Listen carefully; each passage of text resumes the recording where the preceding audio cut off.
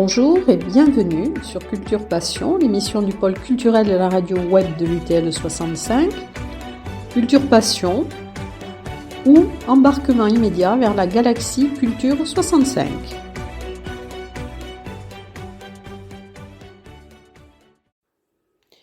Avant de vous laisser écouter l'interview de Pierre Billon qui a été réalisée par Michel Carpi-David et moi-même, je tenais à vous donner quelques précisions sur les conditions de cet enregistrement. Alors nous avons eu, grâce à Didier Massot, qui organisait une soirée dans le cadre du week-end La Balade de Johnny, une soirée au château d'Orlex avec les bikers, c'était une soirée privée. Il nous a permis donc de rencontrer Pierre Billon.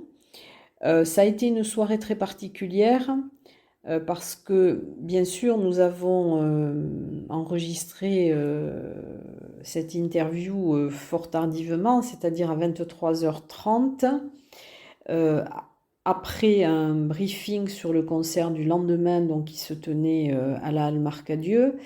Et nous avons pu, et ça a été une grande chance et une grande preuve de confiance de la part de Didier Massot, car nous avons assisté à ce briefing, mais nous avons ensuite été dans cette interview entourés par ceux qui ont été le plus proches de Johnny, c'est-à-dire Jean Morat, qui est son pianiste, qui a été son pianiste et qui a été aussi parfois sa nounou, son accompagnateur, et puis son ancien guitariste, Rocky, ou Marc Demelester, qui mène ce groupe AMX qui s'est produit donc à la Halle Marcadieu le samedi 19 juin. Et c'est vrai que ça a été un moment exceptionnel et unique, car nous avons ressenti cette ferveur, cette admiration, cet amour inconditionnel que tous ses proches lui portaient. Ils nous ont peut-être fait approcher un peu plus de ce personnage de Johnny qui parfois a été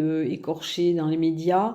Nous avons peut-être pu avoir accès par cette rencontre au vrai Johnny. Et nous remercions encore une fois Didier Massot qui nous a permis cela, parce que c'est un souvenir qui restera inoubliable. Voilà. Et Pierre Billon, alors c'est vraiment quelqu'un de courtois, de gentil, de disponible. Il s'est prêté à cette interview alors que c'était très tard. Alors bon, c'est vrai que parfois il a un langage, mais c'est quelqu'un de très authentique. Et voilà, donc je vais vous le laisser écouter parce qu'il nous parle, bien sûr, il évoque ses souvenirs avec Johnny, les road trips, les chansons qu'il a écrites. Et on sent aussi cette émotion et cet amour qu'il portait à Johnny. Donc je vous laisse écouter Pierre Billon. Alors Pierre Billon, nous sommes heureuses de vous accueillir dans notre émission Culture Passion, dont nous avions déjà rencontré Didier Massot qui a organisé cette soirée hommage à Johnny Hallyday. Et nous aimerions que vous nous parliez déjà de cette soirée hommage. Pourquoi vous êtes là? Est-ce que pour vous c'est important de faire vivre la mémoire de Johnny encore? Oui, c'est très important de faire ce genre d'hommage. Didier le fait très très bien, c'est venu l'année dernière déjà. Il le fait d'une façon assez grandiose. Donc il le fait grandiose parce que certainement, je pense que toute la ville marche avec lui, tout le monde est d'accord avec lui. Il y a plein de petits hommages qui se font à droite à gauche. À partir du moment où on fait ça, je pense que c'est ce qu'aurait aimé Johnny. Il aimait bien la France profonde, savoir, une chose très importante. C'est un garçon qui a commencé à tourner très très jeune, qui a tourné dans un mode de fonctionnement des spectacles qui n'est pas celui de maintenant. C'est-à-dire qu'il est un mode de fonctionnement où petit à petit, et petit chemin par petit chemin, tu fais la France entière et la France profonde, et c'était surtout ça.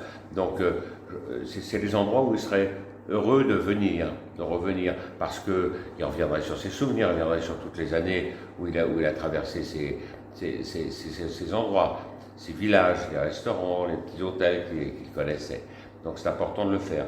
Les hommages faits en province pour Johnny, comme c'est le cas, pour moi, sont plus importants que ceux qui peuvent être faits à Paris. Voilà. Parce que je pense que ce sont des hommages qui ne sont pas des hommages économiquement corrects. Voilà. Ce sont des hommages qui sont faits vraiment parce que les gens aiment Johnny, et pas forcément parce qu'il va y avoir un album au cul, un DVD au cul ou autre chose comme ça. Donc ça me plaît de venir, et nos amis aussi, ça leur plaît de venir pour ce genre de choses. Voilà. Oui, parce qu'il y a le concert, mais il y a aussi le road trip, et vous avez fait des road trips avec Johnny. Tout à fait, voilà, oui, tout à fait. On en a fait 3. Et ça se passait comment, les road trips avec Formidable. Johnny? Le premier en 89, c'était pas terrible parce qu'on savait pas comment ça marchait l'histoire, et qu'on est parti un peu au hasard, et qu'avec des potes à nous qui sont maintenant en train de justement raconter, on est parti au hasard parce qu'on connaissait pas bien comment ça marchait. Et puis on s'est affiné avec le temps, et le dernier était le plus formidable, malheureusement le dernier. Et c'est peut-être le Johnny le plus vrai, c'est celui des road trips, c'est celui qui peut-être, voilà, le Johnny intime. C'est parce que c'était un Johnny anonyme, Oui. parce qu'il a toujours voulu faire ses road trips aux États-Unis. Pourquoi? Parce que, alors qu'il adore la France, il aurait très bien pu le faire en France, mais ça n'aurait pas été un road trip, parce qu'en France, là, on aurait fait, on serait venu dans votre région par exemple, et à la première station de service, voilà, le road trip il aurait été fini là, parce qu'il y aurait eu trop de monde, parce que ça aurait été compliqué. Donc les road trips, pourquoi il aimait aller aux États-Unis? Parce que aux États-Unis, il pas totalement, on va dire, mais il était totalement anonyme dans les endroits où on allait, c'est-à-dire dans une espèce d'Amérique profonde. Et dans cette Amérique profonde, personne ne connaissait Johnny Hallyday, donc il pouvait être exactement ce qu'il voulait être. C'est-à-dire contemplatif, tranquille, personne n'emmerdait, il n'y avait pas de selfie, il n'y avait pas de photo, il n'y avait pas ci, il n'y avait pas d'interview, il n'y avait rien. J'ai rien contre les interviews, je veux dire. Oui, bien sûr. C'est nécessaire de temps en temps. Oui. Voilà, d'un seul coup, il était totalement libre. Il était libre, et puis il allait au bout d'un rêve de gosse, qui était c'était retrouver tous les films, tous les livres qu'il avait vus, toute cette espèce de culture américaine qui est une genre de contre-culture américaine, c'est-à-dire Easy Rider, tous les grands films comme ça. Il le vivait sans être épié. Donc ça lui donnait la possibilité effectivement de s'arrêter devant une tombe, celle par exemple de Dennis Hooper, et de trouver que cette tombe était tellement belle que finalement c'est à peu près la même qu'il a à Saint-Marthe. Là-bas à Saint-Marthe. Il y a une tombe très très humaine où chacun peut amener un petit morceau de son cœur, un petit morceau de fleur, un petit morceau de guitare, un petit morceau de pierre sur lequel il marque Johnny Hallyday. Et quand vous écrivez le livre Johnny quelque part un aigle, c'est pour le faire connaître tel qu'il était réellement? Ou pour, pour peut-être... Non, alors pourquoi on écrit un livre généralement? C'est parce qu'on me demande de le faire. C'est rare que tu te dises j'ai envie d'écrire un livre. Donc non, j'ai écrit le premier quelque part un aigle. Non, je l'ai écrit parce que j'avais entendu beaucoup de choses à droite à gauche, et puis on m'a dit ce serait bien que tu fasses un livre pour dire ce que tu penses de lui et comment il était. Celui-là, c'est le premier. Puis le deuxième livre que j'ai fait, c'est un livre qui était pour expliquer que n'importe quel petit jeune qui n'a pas forcément trop d'oseille peut faire ce genre de voyage.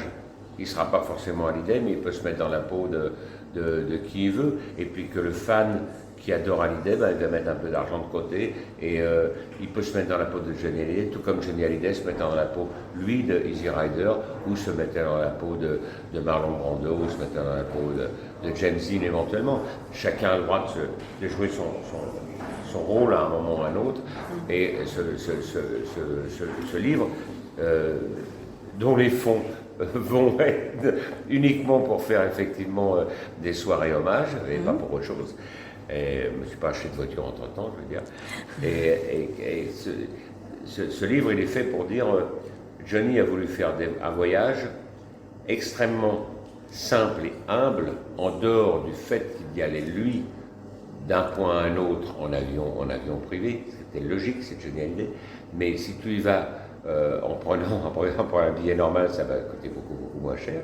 Si tu ne prends pas la plus belle des motos, ça te coûtera beaucoup moins cher. Mais ton voyage sera le même. Oui. Parce que par contre, les points où on a été, les endroits qu'on cite, et les restaurants et les hôtels qu'on cite, sont des hôtels extrêmement simples et humbles, comme ils voulaient faire. Parce qu'encore une fois, je dis que si tu veux faire la route du raisin de la colère et que tu vas dans les grands hôtels et dans les relais châteaux, c'est sûr que tu vas avoir du mal à retrouver tes marques. Et vous aviez la même passion que lui pour les voitures, la vitesse, les motos? Ouais, les voitures moins, j'aime Oui. ça. La vitesse, oui, bien sûr, toujours. Oui. Et les motos, oui, c'est une passion qu'on avait en commun, qu'on a toujours eu en commun depuis le début. Et comment a débuté alors votre relation? Parce qu'elle est quand même très longue. Mon Dieu. Alors, ça a débuté en 74 sur une émission des Carpentiers. Les Carpentiers faisaient à l'époque on demandait aux Carpentiers, les Carpentiers demandaient à des auteurs ou à des amis plutôt qu'autre chose, enfin des gens de l'équipe, voilà, moi je faisais partie de l'équipe de Sardou, de faire des petites chansons extrêmement typiques juste une fois pour un sketch, par exemple, quand on écrit un sketch. Et moi, on m'avait demandé de faire une chanson. À l'époque, Johnny fréquentait une jeune femme qui s'appelait Rosa Fumetto, tout à fait jolie, qui était une des danseuses vedettes du Crazy Horse Saloon. Et on me demande de faire une chanson pour eux. Et moi, j'étais plus un gagman qu'autre chose à l'époque. C'est-à-dire que c'était pas important pour moi de faire un tube, c'était important que mes potes se marrent avec ce que j'avais écrit. Ça n'a pas beaucoup changé quand tu réfléchis, mais c'était ma base de pensée. Et donc, la chanson, on m'explique que ça se passe dans un saloon, que Johnny va être habillé en cow-boy, et on me demande d'écrire la chanson. Donc, j'écris cette chanson, et puis, à un moment, donc, Johnny Hallyday rentre dans un saloon, j'écris le texte de la chanson, car la musique, c'est pas moi qui l'ai faite. Mais il rentre dans le saloon, là il rencontre une jeune femme qu'il trouve tout à fait sympa, etc. Bref, ça se passe bien, il rentre avec la jeune femme, se passe ce qui se passe, et donc sur la chanson j'écris au petit matin t'as allumé une cigarette, je t'ai dit Rosa que tu fumais tôt. Voilà. Ah, oui. Et je me dis, Johnny, ça va le faire marrer, ça va faire marrer tout le monde, tu vois. Ouais. Et l'autre, il l'a chanté, je t'ai dit, Rosa, tu fumais tôt. Le prof, il l'a chanté comme si de rien n'était. Et à partir de ce moment-là, j'ai dit, je vais arrêter de faire des conneries, puis je vais essayer de faire des chansons vraiment. Et on est devenus potes, et c'était en 74, avec une chanson qui s'appelait Le cœur en deux. Oui. Voilà. Et quelles après, sont j'ai pour vous oublié les plus belles chansons que vous avez écrites pour lui? J'ai oublié de vivre. Moi, les gens pensent que c'est la plus belle chanson. C'est une jolie chanson. Oui. C'est peut-être pas dans mon cœur. Alors, un auteur ne pense jamais que. Il y a plein d'auteurs qui vont me dire que la plus belle chanson, c'est celle qui a marché. Pour moi, c'est pas forcément le cas. Voilà.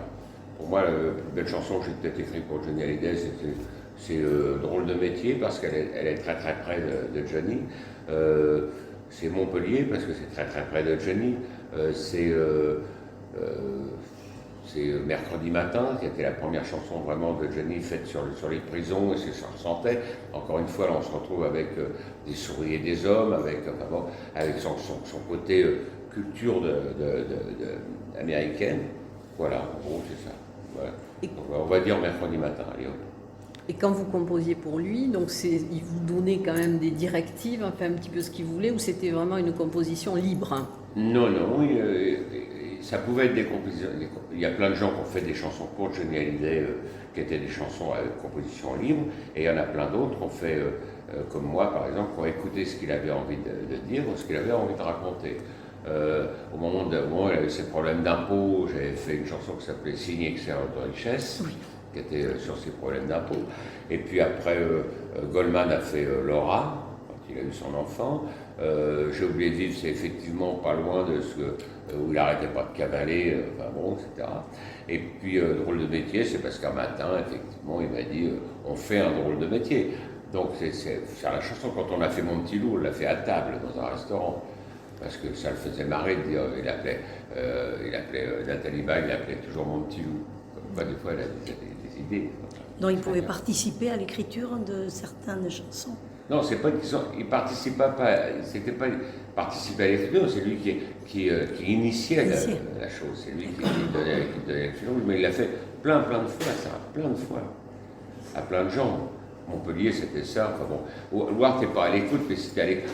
En vérité, c'est un peu tordu, parce que nous, on était au quotidien avec lui. Quand tu es au quotidien avec lui, c'est sûr que tu vas absorber les problèmes éventuels qu'il va avoir, donc tu vas en parler. Quand il y a eu les problèmes d'impôt, tu absorbes ça, donc tu te fais une chanson qui va le concerner.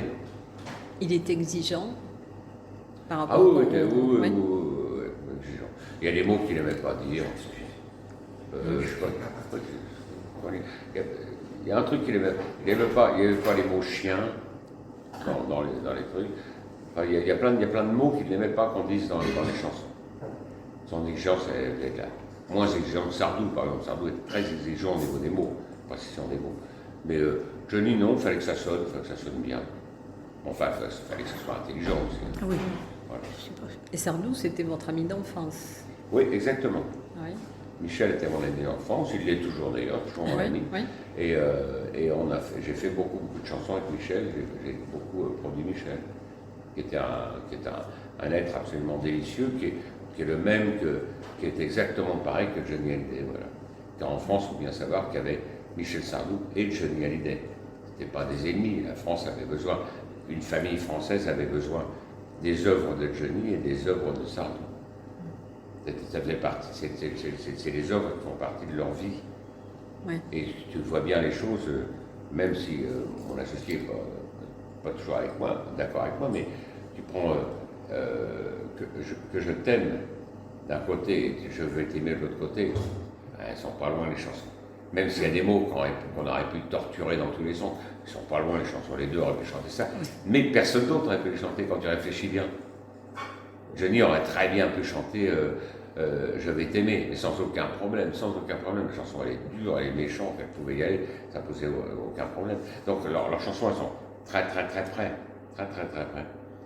C'est des chansons genre universelles. Voilà. Ouais. Oui, ce sont deux personnages différents quand même. Ils étaient au niveau personnalité. Ils étaient très potes, ils étaient très potes longtemps quand même. C'était deux personnages, je sais pas, vraiment différents, non. Ouais, peut-être différents, mais enfin bon, nécessaires. Deux personnages, deux artistes nécessaires à la France. À la France, oui. À la culture française, on va dire. Culture musicale française. Et alors, c'est l'année dernière, je crois. À la gloire musicale française. C'est l'année dernière, donc vous avez participé à la messe à Lourdes, c'était l'année dernière, hein, voilà. Et donc on vous a remis un chapelet que vous avez remis à Laetitia. Ouais, exactement. Et vous avez été très troublé. Ouais, je suis catho, alors donc effectivement, me remettre un chapelet, je trouve ça toujours, c'est quand même assez chargé, il faut bien le dire. C'est vrai. J'en le sais, j'avais mon associé qui lui est très pratiquant, je lui avais dit la première chose que j'avais dit. Est-ce que Johnny Hallyday, par exemple, dans les dernières années de sa vie, avait changé, s'était amendé, je ne sais pas, si on peut dire même amendé, s'il était devenu plus attentif aux autres, ou s'il a toujours été attentif aux autres? Non, il était devenu plus doux. Plus doux. Voilà. En même temps, il avait pris 20 piges dans la gueule. Quand tu prends 20 piges dans la gueule, tu deviens plus doux. Ça dépend. Quelquefois. Les trois quarts du temps, tu te calmes quand même. Mais... Non, je pense que tous les gens qui sont ici à table, enfin au moins, là au moins deux avec moi, ça fait 3, savent que nous avons connu un diable, on a connu un diable plus gentil, et puis à la fin, on a connu un diable extrêmement gentil. Alors, on parle de Laetitia. Laetitia a énormément aidé à ce que le diable devienne humain. Mais Johnny était humain, mais était très gentil, mais ça pouvait être un diable. Et Laetitia a fait en sorte qu'il s'intéresse plus aux autres, qu'il soit plus gentil, qu'il soit plus attentif au reste de l'univers, on va dire. Il avait des démons intérieurs. Bon, on en a tous. Hein. Exactement. Qui n'en a pas. Franchement, qui n'en a pas. Être une star, avoir des démons intérieurs, quelle que soit la star, je ne respecterai jamais ça, je m'en fous. Oui. Quand tu es une star, tu dois te lever le matin et prier, quel que soit le Dieu auquel tu crois, tu dois te lever le matin en disant putain, merci. Donc fuck les démons. Oui. Enfin, c'est mon opinion, hein. Tu te lèves le matin en disant merci mon Dieu, ou merci Bouddha, ou merci c'est qui, on s'en fout. Et alors parmi les personnes qui vont jouer demain soir, donc parlez-nous peut-être des gens qui ont été le plus proches de Johnny. Les plus proches. En dehors de moi, qui les ai fait rentrer dans cette aventure hasardeuse, on va dire que franchement, les plus proches sont les deux qui sont là, c'est-à-dire M. Jean Morat et M. Rocky de Monolester. Alors, vraiment les plus proches sont des gens... alors, Rocky très proche parce que Rocky très rock'n'roll, et que Johnny adore la guitare et aurait rêvé toute sa vie d'être un grand guitariste, ce qui n'a pas été, comme moi d'ailleurs, on n'est pas des grands guitaristes, mais il aurait rêvé toute sa vie de l'être. Il aurait donné 10 doigts de sa main pour être capable de faire un chorus comme lui est capable de le faire. Donc, Rocky, très très proche de lui, au niveau du rock'n'roll. Au niveau humain et artistique, Jean, très très proche de lui. Car c'est une époque où il fallait que quelqu'un drive intellectuellement et physiquement Johnny pendant cette période dure qui était les répétitions. On allait faire un spectacle dur. Donc j'avais mandaté Jean Morat, qui à l'époque était clean et venait de sortir de 3 écoles cumulées, une de médecine, une deuxième un conservatoire, enfin, etc. Et donc j'avais mandaté Jean pour s'occuper de Johnny. Et Jean, donc à la fin, emmenait Johnny. J'avais dit, pas de grosse Mercedes, pas de Ferrari, ni quoi que ce soit. Il l'emmenait dans sa propre voiture et il le ramenait chez lui et il dormait chez lui. Donc il était très proche. Voilà. Et le troisième mois qui est passé une grande partie quand Johnny a voulu se remettre en forme pour Mad Max, etc., il est parti avec moi aux États-Unis. On a vécu ensemble pendant un long moment. C'est moi qui l'ai mis au sport, qui l'ai mis à le faire courir, enfin, etc. Donc voilà, les trois, t'en as 3 là quand même qui peuvent parler du bestiau sans honte. Et par rapport à certains qui, encore une fois, si tu les écoutes, ont dormi sous le lit et ont mangé souvent sous la table, mais ça n'a pas été le cas. Bon, en tout cas, je crois que c'est très gentil, de nous avoir voilà, accordé cette interview. Et puis, bon, de toute manière, on vous verra demain soir au spectacle, puisqu'on sera au spectacle. Oui, demain, du rock'n'roll, vous êtes avec nous alors? Oui, bien sûr. Oui. Bien sûr. Voilà, rock'n'roll. Voilà. Oui. On est fans. Donc, bonne soirée, bonne nuit. Et bon road trip demain. Merci beaucoup. Alors, vous faites combien demain? 170 km? Pour le road trip, on est plus de 200, plus les trikes et les voitures de prestige, comme la Cadillac et des voitures américaines qui vont suivre, etc. On a accepté tout ce qui avait un rapport avec l'Amérique et tout ce qui aimait l'idole. Dans mon esprit, tous les gens qui aiment Johnny et qui ont quelque chose qui a un rapport avec tout ça, avec l'Amérique, je ne peux pas les repousser. Bien sûr. Bien sûr. Tu me connais, tu le sais. C'est, je sais pas, il doit me guider quelque part, je sais pas. Depuis 6 mois que j'ai entrepris ça tout seul dans ma tête. J'ai dit, je vais faire quelque chose de bien, je veux que ce soit vraiment marqué d'une pierre blanche. Et chaque fois que j'ai eu un obstacle, les portes sont ouvertes, jusqu'à ce que j'arrive à la mairie de Tarbes et qu'on me dise, là ça te dépasse, nous on va t'aider. Et on me dit, tu es sûr que tu connais Pierre? J'ai dit, moi je suis que simple fan. Et moi je ne veux pas vous donner ma parole. Si vous permettez, je pense qu'il me répondra. J'appelle Pierre. Et alors il me fait un honneur chaque fois, je suis vraiment très fier. Il me répond, mais j'avais devant le bureau du maire de Tarbes, qui est un ami de Nicolas Sarkozy et tout, c'est un personnage. Pierre me répond, il me dit « Salut ma gueule, comment tu vas ?» avec le haut-parleur. J'étais super fier.